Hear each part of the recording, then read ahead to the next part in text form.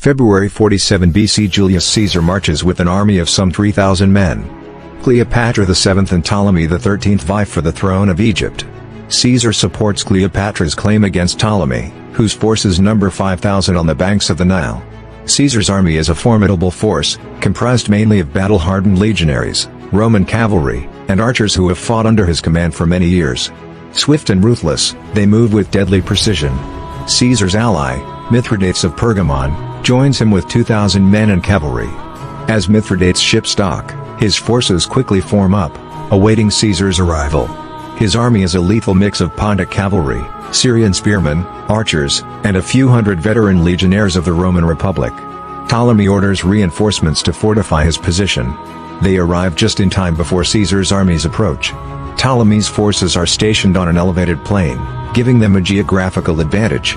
His army is a mix of hoplites, pikemen, Egyptian slingers, and a handful of war elephants.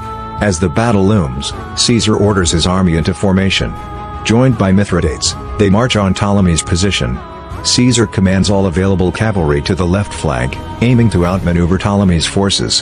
His legionaries at the front form testudo formations to minimize casualties during their ascent up the hill. He splits his army into two, the left side, with heavy legionaries, greater in number and more heavily armed, and the right side, consisting of lighter troops, better for flanking and maneuvering. Ptolemy's siege equipment begins firing on the advancing Romans. Caesar leads a daring cavalry charge while Mithridates' soldiers flank the right side of Ptolemy's army.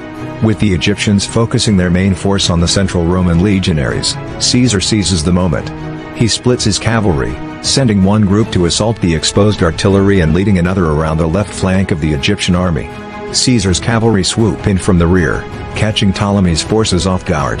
The flanks of Ptolemy's army begin to crumble. Rome's cavalry relentlessly charges the Egyptian infantry. In the face of inevitable defeat, Ptolemy flees the battlefield. His men, exhausted and gravely wounded, begin to scatter. The central Egyptian pike phalanxes break, and their men flee in panic.